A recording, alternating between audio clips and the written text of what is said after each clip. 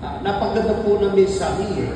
Bago mag-November 1st, ano yung November 1st?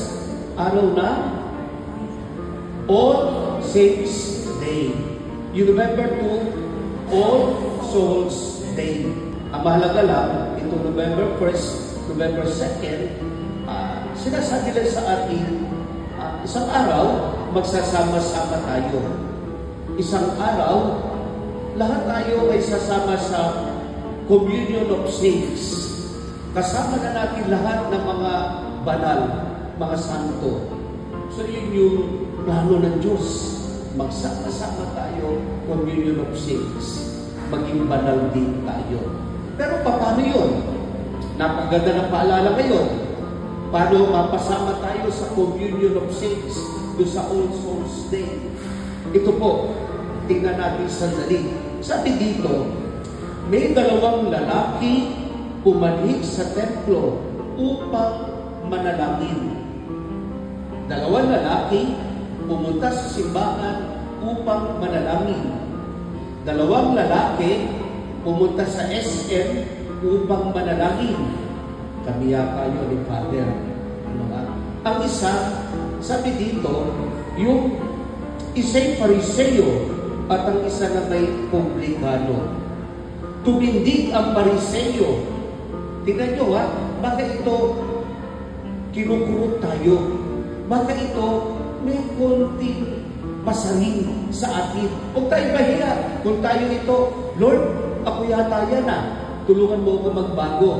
O Lord, ako yata yan At salamat sa biyaya mo. So ito, dalawang lalaki, sabi ng Pariseo, at pabulong na nalangin, ito ko, O Diyos, nagpapasalamat ako sa iyo, pagkat hindi ako katulad ng mga iba, mga magnanakaw, mga magdaraya, mga lulunya, o kaya'y katulad ng publikanong ito, makalawa ako nag-aayuno sa loob ng 1 linggo, nagbibigay ako ng ikapu na lahat kong kinikita. Yabang, yabang ng tao na ito. Kaya napakasimple lang. Tayo ba napapabilang dito sa yabang? Tayo ba napapabilang dito sa para bang tayo yung angat sa iba? So, punto rito, yabang, self-righteousness. Ikaw lang ang tama.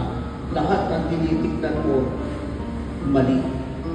Naku, nakakatakot yung mag-self-righteous. So yun po, mayabang, self-righteous. Yung pangalawa, ang sabi, yung tax collector. Napakasimple. Ito maalala sa atin. Samantala, ang publikano yung nakatayo sa malayo, hindi man lamang makatingin sa langit, kundi dinadabukan ang kanyang dibdib at sinasabi, O Diyos, mahabag po kayo sa akin na isang makasalanan. Humility, kababaang loob. Sa harap ng Diyos, wala siyang masabi kundi, O Diyos, mahabag po kayo sa akin na isang makasalanan. Napakaganda po ang tinuturo sa atin ngayon. Lahat tayo magpakumbaba.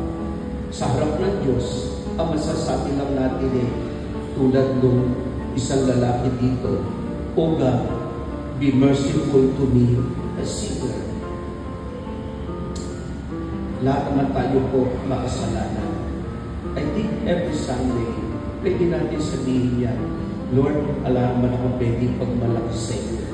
Hindi na ako makatingin sa iyo, but be merciful to me as you.